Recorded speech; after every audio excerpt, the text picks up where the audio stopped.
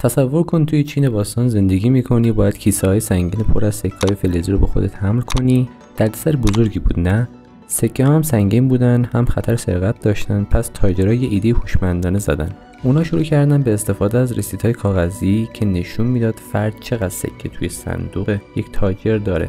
این رسیدها سبک و امن بودن و مردم میتونستن باهاشون معامله کنن. وقتی حکومت چین دید این ایده چقدر محبوب شده، تصمیم گرفت خودش اولین اسکناس‌های رسمی جهان رو در قرن 7 میلادی چاپ کنه. این اسکناس‌ها روی کاغذ مخصوص چاپ می‌شدن و یک جمله روش نوشته شده بود: هر کس این پول رو جعل کنه گردنش قطع خواهد شد. این اختراع دنیا رو تغییر داد و بدون این اختراع هیچ کدوم از پول‌های امروزی وجود نداشتن. ولی یه سوال مهم، آیا اسکناس‌ها هم مثل سکه‌ها منسوخ میشن یا آینده فقط برای ارزهای دیجیتاله؟ نظرت رو توی کامنت‌ها بنویس. و اگه میخوای یک تاریخچه جامع از ابتدا تا انتهای پول رو ببینی، روی لینک زیر کلیک کن.